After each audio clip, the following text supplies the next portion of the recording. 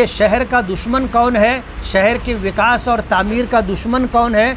हमारे किसी कार्यकर्ता के ऊपर अगर किसी ने हाथ डाला तो हम कानूनी तौर पर आखिरी हद तक जाने की कोशिश करेंगे। –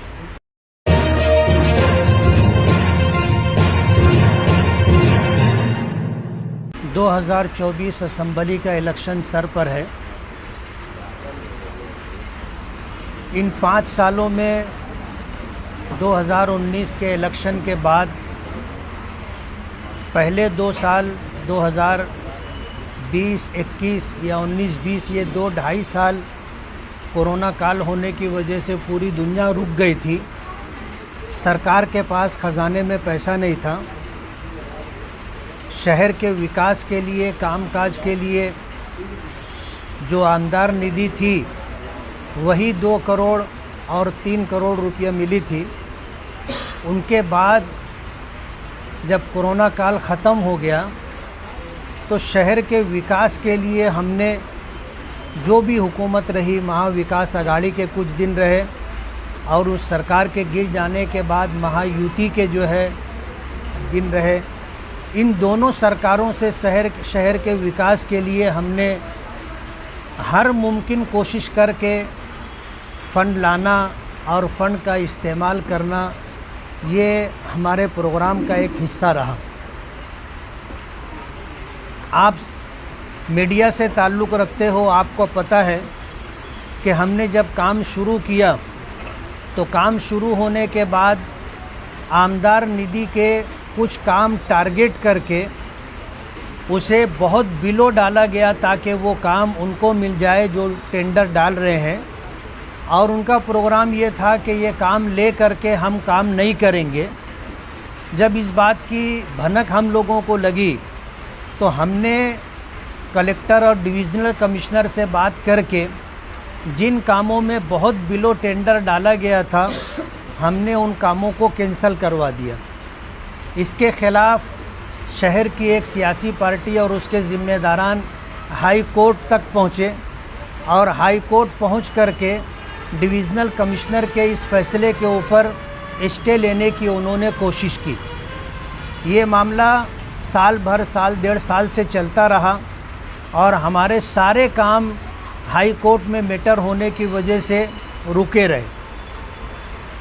दरमियान में उन कामों को छोड़ करके दूसरे जो काम थे, जब उन कामों की हमने शुरुआत की तो मालेगांव महानगर पालिका कमिश्नर आयुक्त के ऊपर दबाव बना करके अंडरग्राउंड ड्रेनेज का प्रोग्राम ले करके हमारे तमाम कामों के पर स्टे लाया गया। कमिश्नर की तरफ से स्टे था कि जब तक अंडरग्राउंड ड्रेनेज का काम नहीं हो जाता वहाँ तक रोड का काम ना किया जाए।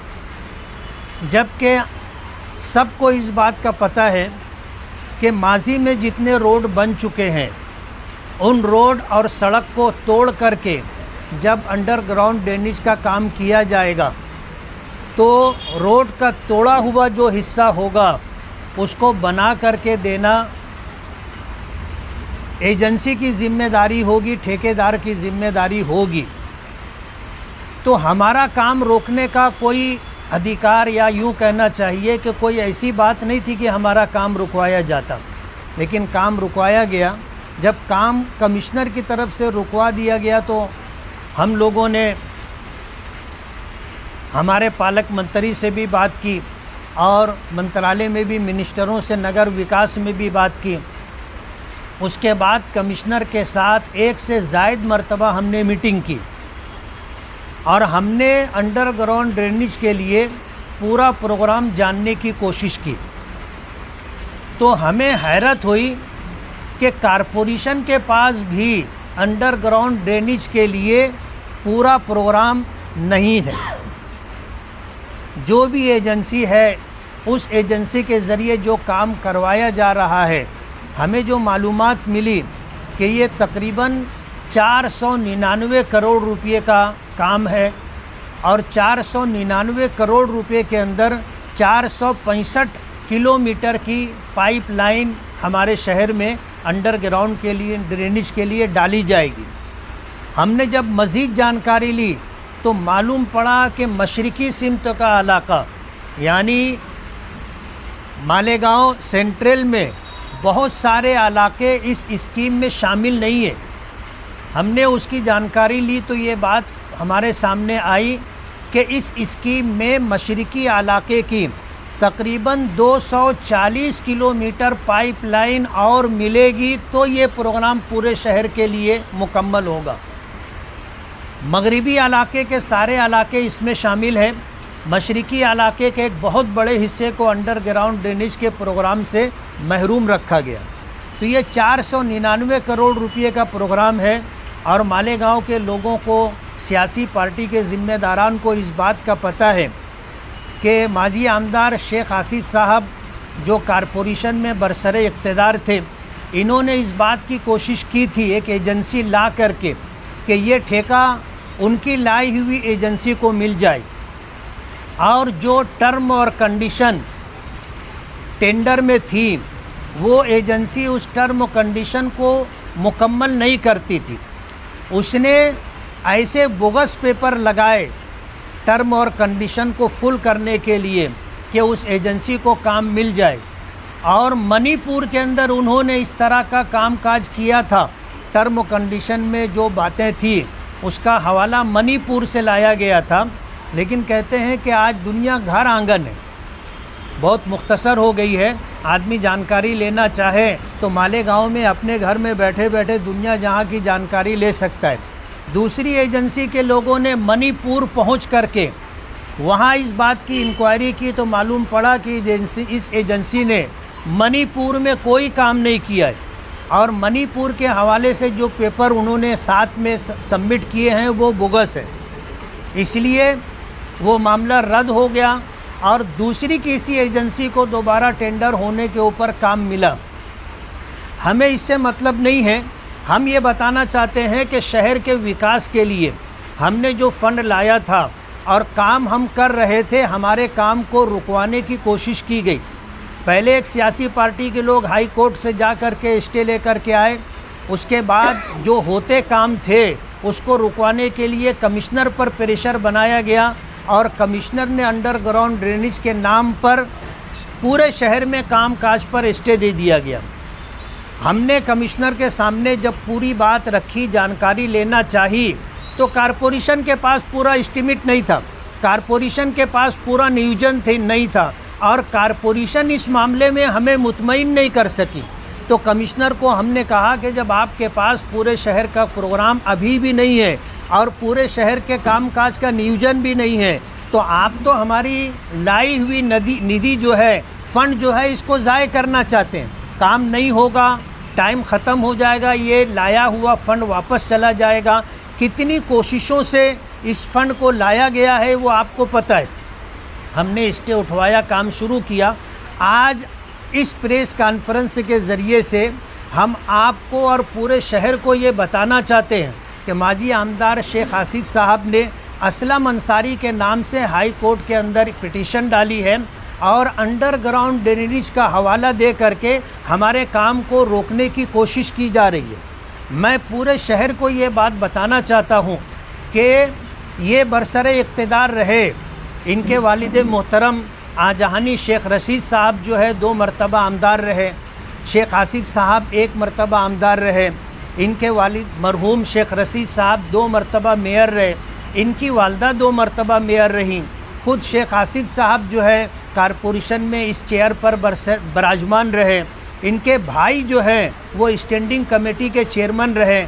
एक लंबा ज़माना कारपोरेशन में इन्होंने सत्ता में रह कर के गुजारा और शहर की क्या हालत है पूरे शहर को पता है। पक्का इलाका छोड़ करके जो मरहूम हाजी शब्बीर अहमद साहब के ज़माने का बनाया हुआ था, उसके अलावा अतराफ़ के चारों तरफ के एरिए ये आज भी बुनियादी सहूलियात से महरूम है। आज हम वहाँ काम करना चाहते हैं तो ये हमारे काम को रोकने के लिए हाई कोर्ट गए हैं और ये बात आपके ज़रिए से मैं पूरे शहर को बताना चाहता हूँ कि ये शहर के विकास का दावा करते हैं जबकि सूरत हाल, हकीकत हाल इसके बिल्कुल बरक्स है। हमारे 28 करोड़ रुपए के काम का वर्क ऑर्डर हो चुका है। वो काम हम करना चाहते हैं, जिसमें तमाम बुनियादी सहूलतें हैं, यानी गटर है, रोड है, पानी की पाइपलाइन है, लाइट है। ये सारा काम हम करना चाहते हैं और अल्हम्दुलिल्लाह मज़ीद फ़ंड हमें अभी माइनॉरिटीज़ डिपार्टमेंट से मिला है। नगर विकास से हमको इंशाअल्लाह बड़ा फ़ंड मिलेगा, जिसकी हम लोग फाइनल स्टेज पर है। अभी 2 दिन के अंदर जाकर उसका फॉलो अप ले करके इंशाअल्लाह मज़ीद फ़ंड लाएंगे। तो पूरे शहर के अंदर हम काम करना चाहते हैं और बग़ैर किसी भेदभाव के वहाँ पर हमारे कारपोरेटर रहे हों तो ना रहे हों, तो जब से हम सियासत में आए हैं शहर के विकास के लिए हमारा काम करने का यही मामूल रहा है कि जहाँ पर ज़रूरत है हम वहाँ पर काम करते हैं। हम कभी ये किसी को नहीं बोलते कि तुमने हमको कहाँ वोट दिया, हम तुम्हारे इलाके में काम नहीं करेंगे, तुम्हारा वोट हमको नहीं मिला। हमने कभी ये नहीं कहा कि आपके इलाके में हमारा कारपोरेटर नहीं है, हम तुम्हारे इलाके में काम नहीं करेंगे। हम पूरे शहर में जहां ज़रूरत है वहां काम कर रहे हैं। आज हमारे काम को रुकवाने की कोशिश की जा रही है। आपके ज़रिए से मैं पूरे शहर को, पूरे शहर के रहने वाले लोगों को ये बताना चाहता हूं कि जो लोग विकास का नारा देते हैं और कामकाज का जो है मुद्दा बनाते हैं, आज वो लोग इस शहर में कामकाज रोकने की कोशिश कर रहे हैं। एक सियासी पार्टी हाई कोर्ट गई थी, उसने वहाँ पिटिशन डाली थी, हाई कोर्ट ने उसकी पिटिशन खारिज कर दी। अल्हम्दुलिल्लाह जिन कामों के ऊपर स्टे था हाई कोर्ट के ज़रिए से, वो काम भी अल्हम्दुलिल्लाह हमने शुरू कर दिया है। और कमिश्नर की तरफ से जिन कामों का स्टे था उस स्टे के ख़त्म हो जाने के बाद अल्हम्दुलिल्लाह हमारा वो काम भी शुरू हो चुका है। आज सूरत हाल ये है कि अगर इस तरह हाई कोर्ट जा कर के काम रोका जाएगा तो शहर का बहुत बड़ा तामीरी नुकसान होगा। और अंदेशा इस बात का है कि हमने 1000 कोशिशों के साथ जो फ़ंड मंजूर करवा लिया, वर्क ऑर्डर हो चुका, और अगर काम शुरू नहीं होगा और टाइम ख़त्म हो जाएगा तो वो सारा फ़ंड लेट से हो जाएगा, वापस चला जाएगा, शहर का बहुत बड़ा नुकसान होगा। शहर वालों को ये बात समझ लेना चाहिए कि शहर का दुश्मन कौन है, शहर के विकास और तामीर का दुश्मन कौन है। और शहर में जो इस तरह की सियासत की जा रही है जिससे सियासी पार्टी का कम और शहर वालों का ज़्यादा नुकसान हो रहा है, इस पर शहर के लोगों को ध्यान देना चाहिए। हाई कोर्ट में डाली गई है, उसकी कापी आपको देंगे, आप पूरी तफसील देख लीजिए। नहीं, ऐसी मालूमात है कि पिटीशन नहीं दाखिल की गई है, वकील मार्फत नोटिस दी गई है। हाई कोर्ट के वकील के ज़रिए ये पिटीशन की कोशिश है और इस सिलसिले के अंदर नोटिस आई है। नोटिस कब आती है? अभी ये प्राइवेट नोटिस वकील मार्फत आई है, पिटीशन नहीं दाखिल। तो ये उसी की तैयारी है और हम ये चाहते हैं कि वक्त से पहले शहर वालों को मालूम हो जाए और वक्त से पहले जो लोग शहर का नुकसान करना चाहते हैं उनको भी इस बात की आगाही हो जाए। माजी में एक सियासी पार्टी हाई कोर्ट जाकर पिटीशन डाल करके काम रुकवाई थी। अब हमारे पास टाइम नहीं है, आज हम जुलाई एंड में पहुंच गए हैं, आगे अगस्त और सितंबर 2 ही महीना है, अक्टूबर के महीने के अंदर इलेक्शन होना है। अगर इस तरह की कोई कार्रवाई होती है तो ये पूरा काम रुक जाएगा और इलेक्शन से पहले काम नहीं हो सकेगा। इन कामों की कसरत को देखकर हमारे सियासी मुखालिफिन में घबराहट है। उन्हें क्या ज़रूरत थी कि ये जो काम खुद करना चाहते थे एजेंसी ला करके, और आज अगर उनका काम एजेंसी का नाकिस काम है कि गलियों में जो पाइप डाले जा रहे हैं वो 6 इंच के, थोड़ा आगे जा कर के 8 इंच के हैं, मेन रोड पर आकर के कम से कम वो पाइप 2 फीट के होते कि पूरा पानी उससे गुज़र सकता, मेन रोड पर वो 10 इंची पाइप डाल रहे हैं। रज़ा चौक में हमने रोड का काम करना था, कमिश्नर से बात की, एजेंसी के लोगों को बुलाया, उन्होंने कहा कि हम पाइप डाल देते हैं। जब उन्होंने काम शुरू किया तो पाइप 10 इंची डाल रहे थे। रज़ा चौक से ले करके अजीज़ कल्लू स्टेडियम से ले करके अकबरी किराना, और वहाँ से जो है ये आखिरी मरहला है। यहाँ तो पानी इतना ज़्यादा होगा कि 2 फीट का पाइप भी कम पड़ेगा, वहाँ ये 10 इंची पाइप डाल रहे थे। जबकि उसके बाजू के अंदर 4 फीट चौड़ा 6 फीट गहरा नाला है। वो जुमा के दिन इस तरह भर के बहता है कि पूरा गटर का पानी रोड पर आ जाता है।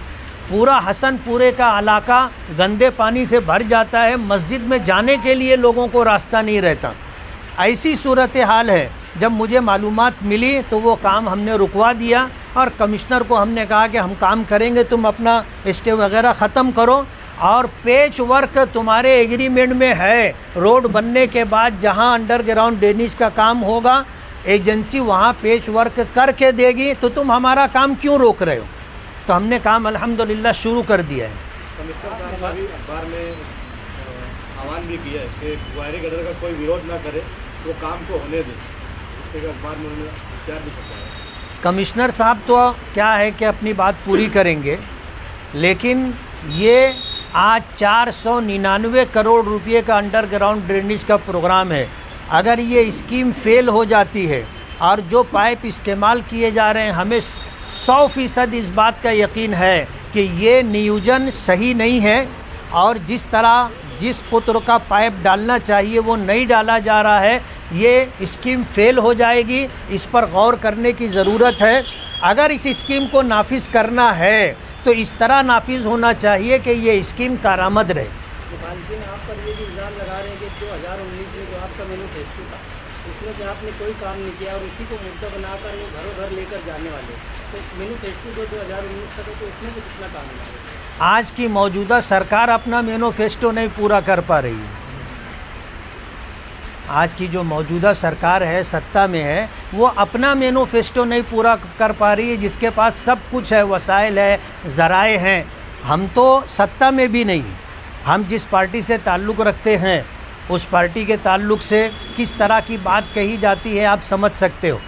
हम तो इस बात की पूरी कोशिश कर रहे हैं कि हम अपने मैनिफेस्टो के मुताबिक ज़्यादातर काम करके दे दें और अल्हम्दुलिल्लाह हमारी कोशिशों से हमें इतना फ़ंड मिला है कि आज हमारे हाथ में तकरीबन 32 करोड़ रुपए का फ़ंड है और मज़ीद 30 करोड़ रुपए का फ़ंड इंशाअल्लाह मिलेगा। और हमारी कोशिश ये होगी कि इलेक्शन से पहले उसका वर्क ऑर्डर हो जाए ताकि काम करने के लिए कोई रुकावट ना रहे। जी, सारे मुकामी हिमायम जो है आपने जैसे कहा कि हमारी जिस पार्टी से हम ताल्लुक़ रखते हैं, तो आपका हिमायम के जो आपसी आपके जो गलतियाँ क्या वो सब खत्म हो गई और आप ये फाइनल हो गया कि आप हिमायम से ही इलेक्शन लड़ेंगे। बात ये है कि जहाँ दो बर्तन होते हैं आपस में टकराते हैं। कोई ऐसी पार्टी हिंदुस्तान भर में आपको छोटी बड़ी नहीं मिलेगी जिसमें कुछ आपस में इस तरह की बातचीत ना हो। तो ये कोई ऐसा मुद्दा नहीं है जिसकी वजह से हमको आगे इलेक्शन में किसी तरह की दिक्कत आए। हमारी बातचीत चल रही है और इंशाअल्लाह कोई उसका मुस्बत हल निकल आएगा। बात ये है कि जहाँ दो बर्तन होते हैं आपस में टकराते हैं। कोई ऐसी पार्टी हिंदुस्तान भर में आपको छोटी बड़ी नहीं मिलेगी जिसमें कुछ आपस में इस तरह की बातचीत ना हो। तो ये कोई ऐसा मुद्दा नहीं है जिसकी वजह से हमको आगे इलेक्शन में किसी तरह की दिक्कत आए। हमारी बातचीत चल रही है और इंशाअल्लाह कोई उसका मुस्बत हल निकल आएगा। नहीं, हमारी एक प्राइमरी मीटिंग हुई है और 4 बजे का जो हवाला दिया जा रहा है वो गलत भी नहीं है। जुमा के दिन 4 बजे हम लोग बैठे थे और हम लोगों ने बैठ करके आपस में बातचीत की है। कुछ चीज़ें ऐसी हैं जिस पर बात करना बाकी है। इंशाअल्लाह हम आने वाले दिनों में बैठेंगे और उसका कोई ना कोई हल निकाल लेंगे। शेख आसिफ अपने मुताबिक जलसों में मीटिंगों में स्क्रीन लगा के बता रहे कि आप बीजेपी को एमएलसी में वोट दिए, राज्यसभा में वोट दिए। इस बारे में अभी कोई खुलासा कभी आपकी तरफ से आया नहीं। अभी भी एमएलसी का चुनाव हुआ तो ऐसी इल्ज़ाम है आपके ऊपर ऐसा कि आप बीजेपी को वोट दिए, शिंदे ग्रुप को वोट दिए। अल्लाह का बहुत बड़ा एहसान है, मैंने कभी बीजेपी को वोट नहीं दिया। और वोट देना ये एक खुफिया मतदान होता है। वोट देने वाले को पता होता है कि उसने किसको वोट दिया।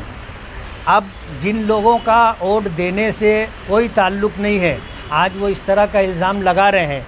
पीछे हमने जो है कांग्रेस को वोट दिया था तो भी बोल रहे थे कि बीजेपी को वोट दिया है। तो ये तो सियासी मुखालफत में चलता रहता है, कोई नई बात नहीं। गठबंधन बना था, था इसमें, तो अभी तो 2027 का जो महागठबंधन चलना चाहिए, तो क्या अभी ना आपने ऐलान किया ना सामने किसी ने ऐलान किया कि ख़त्म हो गया, उसका क्या? नहीं, हमारा 10 साल का एग्रीमेंट हुआ है और मेरे पास जो है वो सारे पेपर हैं। बुलंद इकबाल मरहूम, अल्लाह उसकी मग़फ़िरत फरमाए, मेरे और उसके दरमियान ये एग्रीमेंट था और 10 साल का था। उसी बुनियाद पर हमने इनकी दो सीटें हमारे पक्के एरिए से चुनवा करके हमने दी थी। वो उसी एग्रीमेंट का एक हिस्सा था कि ये 2 सीट आप चुनवा करके दो। बदकिस्मती से ऐसा होता है कि एक सीट चुन करके आती, भाई चुन करके आता है, बहन हार जाती है, बहन चुन करके आता है, बहन चुन के आती है, भाई हार जाता है। तो दोनों सीट चुन करके आए। ऐसा उनके दिल में वसवसा आ गया था कि ये दोनों सीट चुन के नहीं आ सकती। तो हमने अपनी ज़िम्मेदारी अल्हम्दुलिल्लाह पूरी कर दी और दोनों सीट हमने चुनवा करके दे दी। गठबंधन में दूसरी पार्टी फरीक सानी की ज़िम्मेदारी है कि 2024 के इलेक्शन में भी गठबंधन में जो शराइत तय हुई थी उसके मुताबिक वो काम करें। तो क्या वो धर्म नहीं निभा रहे गठबंधन का, जो फरीक सानी है? ये तो आने वाला 24 अक्टूबर में पता चलेगा कि वो अपना धर्म निभा रहे हैं कि नहीं निभा रहे हैं। मुफ्ती साहब, जो भी आपने काम डाले कानूनी तौर पर डाले, तो क्या ये पिटीशन कोर्ट में टिक पाएगी? जो काम रोकने की बात आप कर रहे हैं, पहली जो पिटीशन डाली गई थी हाई कोर्ट ने उसको खारिज कर दिया। ये जो पिटीशन डाली गई है या डाली जाएगी ये भी खारिज हो जाएगी। क्यों? हमने कमिश्नर के साथ, कलेक्टर के साथ, डिविज़नल कमिश्नर के साथ हमने बातचीत की है और उन्होंने इसका हल निकाल लिया है। और हल ये निकाला है कि जितने काम हैं सब होंगे। अगर वहाँ अंडरग्राउंड ड्रेनेज का काम होगा तो दोनों साइड से कुछ जगह छोड़ी जाएगी ताकि वहाँ पर अंडरग्राउंड ड्रेनेज के लिए पाइप डाला जा सके। पहले की पिटीशन बिलो काम को लेकर डाली गई थी, इसके लिए रिजेक्ट हो। दूसरी बुहारी गडर को लेकर डाली जा रही है, तो दोनों के सवाल भी अलग है, दोनों के मुद्दे भी अलग है। लेकिन दोनों में बुनियादी चीज़ हमारा काम रुकवाना है।